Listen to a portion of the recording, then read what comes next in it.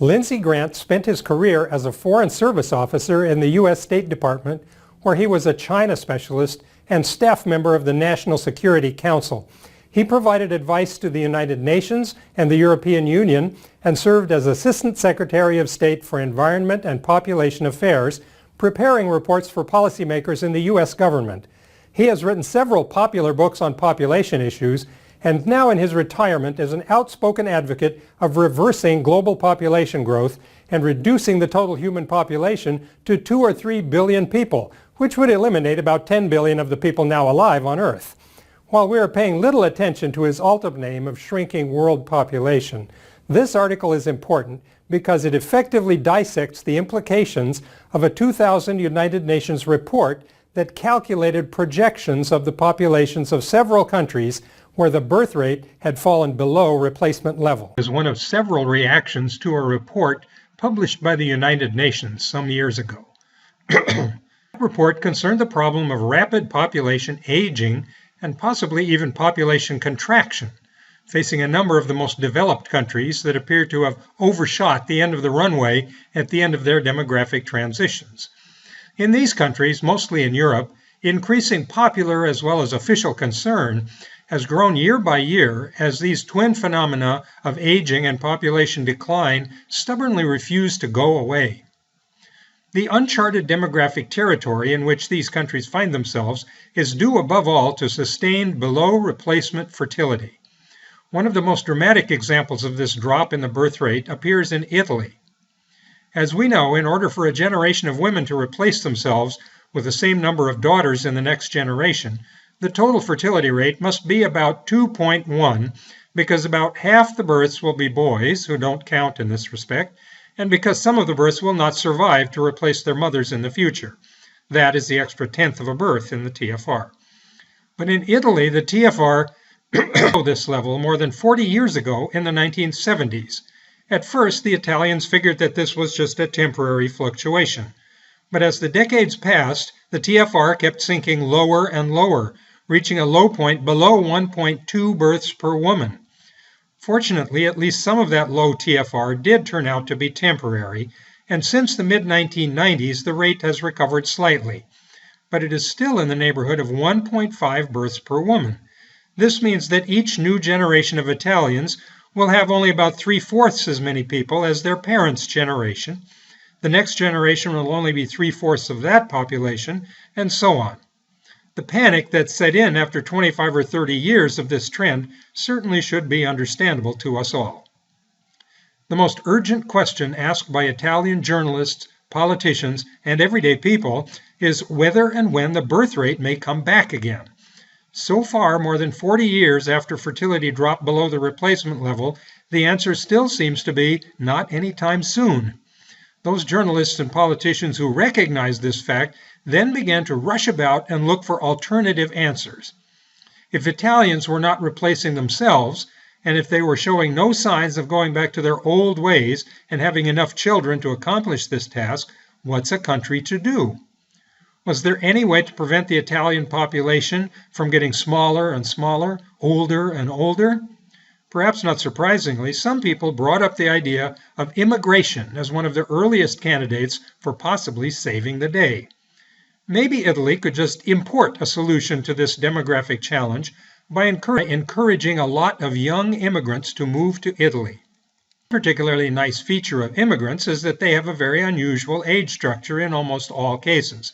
Not just anybody is likely to pull up stakes and move from one country to another, taking up residence and making a new life in a new land. These international migrants usually concentrate heavily in the young adult ages, after they're old enough to strike out on their own and leave parental homes behind, but before they get old enough to form all kinds of entangling connections to a particular place, such as getting married and having children and investing a lot of place-specific personal capital into a local community and a particular career track. The age structure of foreign-born people living in Italy at the turn of the century illustrates this basic principle of international migration very clearly. Most international migrants living in Italy were in their 20s and 30s, just as is true for immigrants in the United States or almost any other country.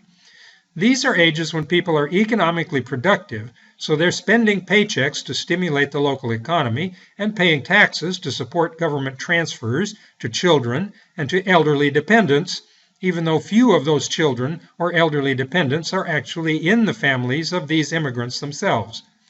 So this looks promising for dealing with both the problem of not enough people born into the population of the country and also for dealing with the problem of intergenerational transfers to the growing fraction formed by the elderly. The fly in the ointment in this case, though, is that as soon as these immigrants set foot in Italy or any other country, they immediately start growing older right along with the local population. If they settle down and live there, after a while they will begin to cross the boundary into the elderly dependent population, right alongside the local population. At that point, the country will have no choice but to encourage even more migration of even more immigrants so that these new immigrants can generate the intergenerational transfers needed to take care of the previous immigrants, as well as the native-born population now found at dependent older ages. Doubtless you can see where this will lead. That new group of immigrants, once they arrive and take up the challenge of providing for the dependents around them, also will begin immediately to get older themselves, and so on. A population with low birth and death rates will always move towards an old age structure, no matter how much bigger you keep making it with crop after crop of immigrants. Speaking of low birth rates, the same people who suggested bringing in the immigrants in the first place also pointed out that you can get immigrants from lots of different places. If you look in particular from immigrants coming from countries that still have higher birth rates, maybe these immigrants will keep on having higher fertility after they arrive in Italy or wherever, and that might even raise the overall fertility level in the country back up towards replacement level. This might sound good at first glance, but there are two things wrong with it. First of all, if you particularly appreciate traditional Italian culture, you might panic a little bit when you consider all these strange people coming in from strange faraway places with strange food and strange clothes and strange languages and strange religions. Do you really want all these people cluttering up your Italian cities and countryside? Will it still be Italy when they get done with it? Now, you may say that this is a short-sighted, narrow-minded way to look at things, and that Italy has been overrun countless times by marauding barbarians of all sorts, and that contemporary Italian culture is already an amazing blend of all that history, so what difference will one more layer on the cake make? But plenty of people in Italy don't feel that way and are not happy at all about these foreigners. Putting that concern aside, in order to concentrate on the purely demographic aspect of the situation, though, there is a second problem with these immigrants and their high birth rates. The high birth rates were themselves the product of a particular culture and economic context back in the country or countries of origin. Research in country after country, including the United States as well as Italy, consistently shows that while the first generation of new immigrants may have distinctive patterns of fertility quite different from their new host society, when those children of the immigrants grow up, they very quickly convert to the local pattern, and their birth rate eventually begins to look exactly like that of all the other people around them. In the case of Italy, this means that in the long run, the immigrants won't be having enough babies to replace themselves either. This further magnifies the need to keep escalating the search for more and more immigrants to support the growing older population. The United Nations report got a lot of media attention because it put this situation in very striking terms. Looking at Korea, where the birth rate was then the lowest in the world, even lower than in Italy, it concluded that the compound interest you would have to apply to immigration rates to keep the age structure of Korea from getting top-heavy with old people would call for the entire population of the world moving to Korea by the middle of the 21st century, only a few decades away now. This is a strange new echo of the old compound interest story about the grains of rice on the chessboard, this time with Korea as the chessboard and immigrants as the grains of rice. Reading this, a person at first must feel like laughing out loud, at least until they realize that this means that it is completely impossible to import your way out of population aging and decline. Turning to Italy, the report calculated that Italy would need 120 million immigrants by 2050, or 2.2 million per year, to keep the population from getting any older. At that point, Italy would have nearly 200 million people, and the vast majority of them would not be Italian in any historical cultural sense. Using these absurd calculations to show the complete unworkability of the immigration solution to population aging reminds me of Ansley Cole's equally absurd comment several decades earlier when population growth was seen as the problem. He calculated that if the human race kept expanding at 2% per year, eventually it would form a solid sphere of human flesh expanding outward into the galaxy at a velocity approaching the speed of light. In other words, you can never fit enough rice on the chessboard. At the Italian situation in particular, Grant sets up three very specific what-if scenarios. Each one of these runs ahead several decades into the new century based on certain assumptions about demographic trends to see where Italy would end up in each case. The first leaves things in the worst possible situation from a demographic point of view. First of all, Grant assumes that death rates will remain constant.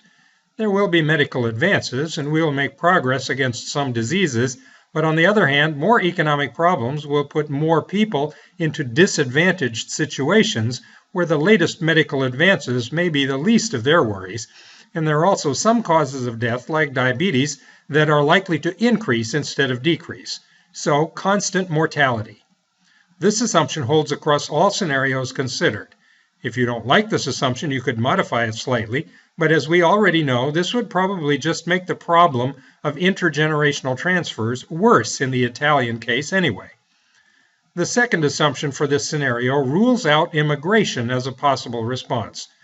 We could simply say that the right-wing demagogues trying to scare the Italians to death with images of floods of nasty immigrants might actually win their elections and come to power in the country.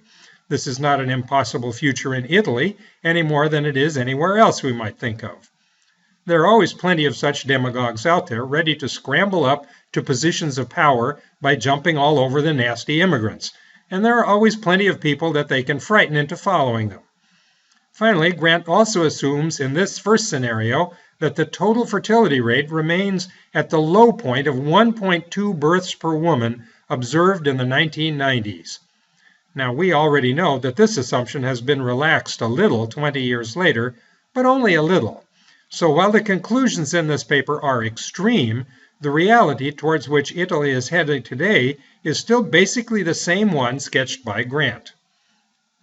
The second scenario keeps the first two conditions of the first scenario, namely constant death rates and no immigrants allowed. But this time we put on our completely rose-colored glasses and imagine that the total fertility rate in Italy drifts right back up to a replacement level of 2.05 births per woman. Since the birth rate was the culprit that got us into this mess in the first place, this really ought to make a difference. Of course, there's no hint about how or why this might happen, and so far there's no sign that it will happen either, but let's just give Grant this one and see where this scenario takes us. Finally, the third scenario keeps the constant death rates assumption, but this time not only bumps up the TFR to replacement level at 2.05 births per woman, but also allows about 200,000 immigrants to come into the country every year. This would amount to only a fraction of 1% of the existing Italian population each year, so it is not an earth-shattering change. We also assume that these immigrants always have the age distribution of the foreign-born population already observed in Italy, as noted above. This means they'll be arriving mostly in the prime working ages, ready to take jobs, pay taxes, and hopefully have some additional babies who will then also grow up, take jobs, and pay taxes of their own. So, what happens to the Italian population under these three very different sets of assumptions? As a budding demographer who already knows all about vital rates and age structures, no doubt you can see this coming as well. Even so, the results might take your breath away for a moment. Under the first scenario, with everything frozen in the mid-1990s and no immigrants allowed, the population of Italy starts out at nearly 60 million people in 2000 and then just evaporates at an alarming rate throughout the next 100 years. By the end of the 21st century, there are less than 10 million Italians left, about 1/6 of the original population. 5 out of every 6 houses in the country are standing empty. 5 out of every 6 schools have closed. Most of the big Italian companies, like Ferrari and the Milan fashion industry, have collapsed because there's nobody left to come to work. Farmland is probably going back to forest. No wonder the Italians freaked out when they saw the inevitable consequences of the current status quo at the end of the 20th century. If the total fertility rate in Italy were to drift back up to the replacement level of 2.05 births per woman on average, the fall in population size would eventually stabilize, and the population would then cruise along at a stable level, replacing itself exactly in each new generation. This is simply the definition of replacement fertility, after all. But the problem is that the smaller and smaller birth cohorts from the past 40 years are already lined up in the pipeline of children and young adults in the population. So even if each one of them exactly replaced itself, that replaced population would still be smaller than the birth cohort a year older than they are. These smaller and smaller birth cohorts replacing themselves would continue the shrinkage of the total population for the first half of the 21st century, until the population managed to get all of this historical age distribution problem out of its system and beyond the reproductive ages. So by the time the population as a whole actually stabilizes and starts replacing itself with a nice flat horizontal line in the middle of the figure, that population is still only about 25 million Italians. This is a lot better than the doom and gloom scenario derived from constant everything as of 1995, but 25 million Italians still would mean that every other house in the country would be standing empty with nobody to live in it. So still not that great. Finally, if Italy found a way to restore replacement level fertility and also let in 200,000 immigrants every year from now on, the population would still shrink for roughly the first half of the century, but it would reach a minimum around 2050 and then begin increasing again. This obviously follows because fertility is at replacement level, and the migrants therefore represent a clear gain in population every year. After the smaller and smaller birth cohorts work their way up through the reproductive ages, the population thus starts growing again, and by the end of the century is back up to 50 million Italians. I still would not want to be a real estate agent working in Italy in this century, but after about 2050, things at least would be getting better again. The other main feature of these scenarios explored by Grant involves what happens to the age distribution of the population under the three alternatives. In considering these alternatives, it is helpful to remember that migrants actually have little effect on the average age of the population because they tend to concentrate right around that average age of the population. But the average age is only one aspect of the age distribution. Variations around that average age are also critical. In particular, the relative size of the middle versus the young and old dependents matters a lot. A population with half the people age 80 and half the people age 0 would have the same average age as a population with everybody at age 40, but they would face very different economic situations. In the first doomsday scenario, Grant finds that the current dependency ratio of about 50 dependents per working age adult will soar upward during the first half of the century and then stabilize at nearly 80 dependents per working age adult for the rest of the century. We need to take special note here that Grant is looking at all dependents, both young and old, and not just at the elderly dependent ratio. Italy is facing something like the opposite of a demographic dividend in this scenario. In the second scenario, with replacement level fertility, the crunch of nearly 80 dependents per working age adult actually arrives much faster, peaking already by 2040. This happens because we're getting a lot of new babies from that TFR of 2.05, and they have not yet gotten up to the working ages. After 2040, though, they do start working, and from then on, the total dependency ratio falls back to only about 65 dependents per 100 working age adults. This will still be more than twice as high as it is today, but it is a lot better than nearly 80 dependents instead. Finally, since nearly all the immigrants come into the working ages, even if they're not making the population older or younger, they're inflating that middle range that pays bills. So they soften the blow of rising dependency.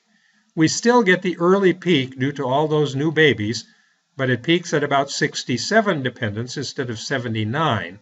And when it falls back to only 60 instead of 65 dependents per 100 working age adults.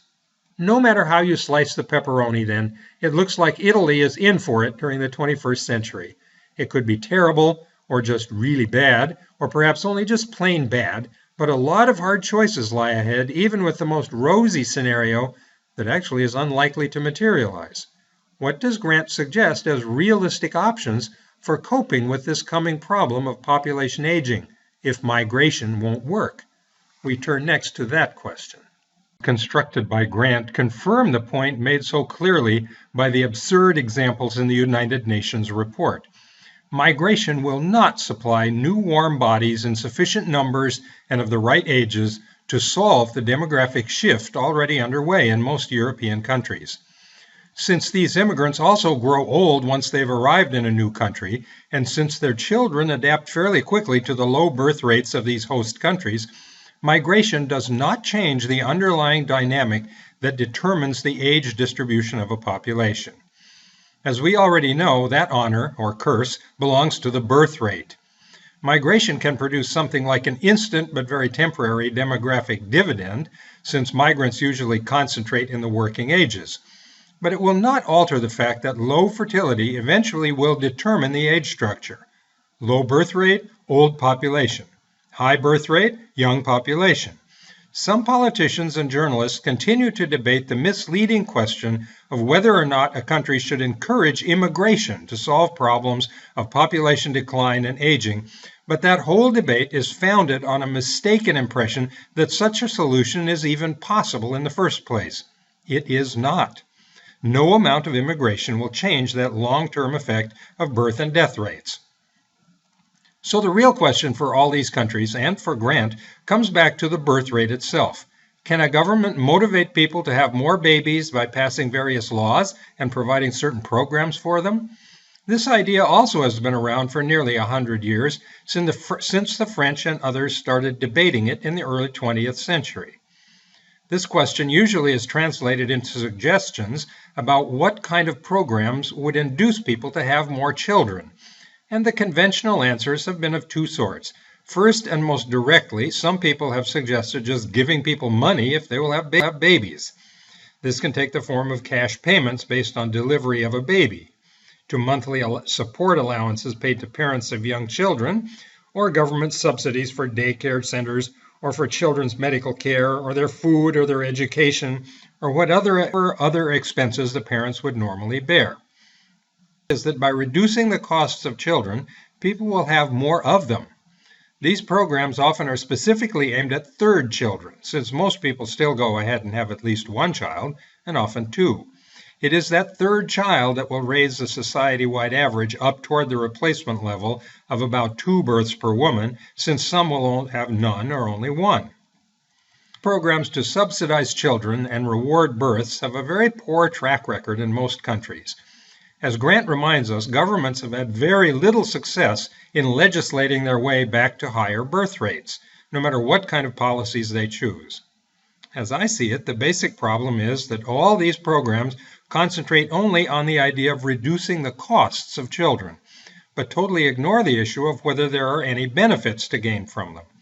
So long as modern societies have cut all the ties of legal obligations running from children to their parents, so that wealth flows from parents to children, but not much in the opposite direction, all these programs to reduce costs of children just move the scale around on the negative side of the balance.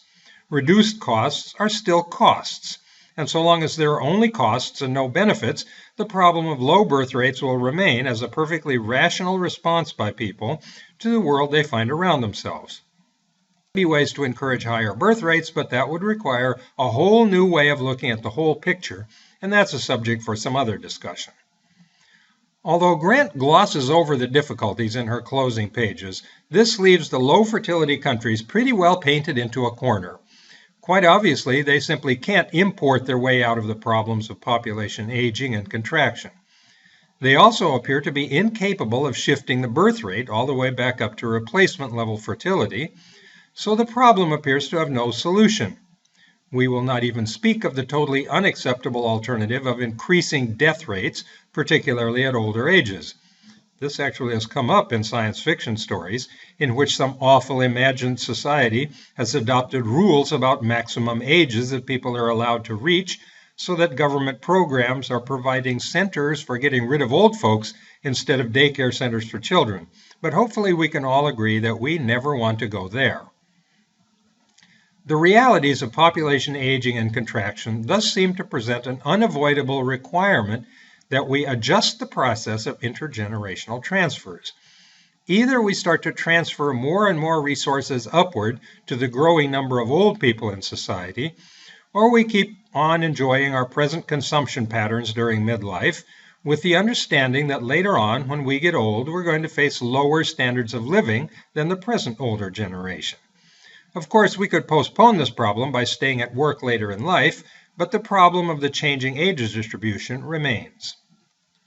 However, Grant is not ready to give up entirely. She comes up with one final suggestion that could reduce the problem of increasing demands for intergenerational transfers from working age people to the elderly.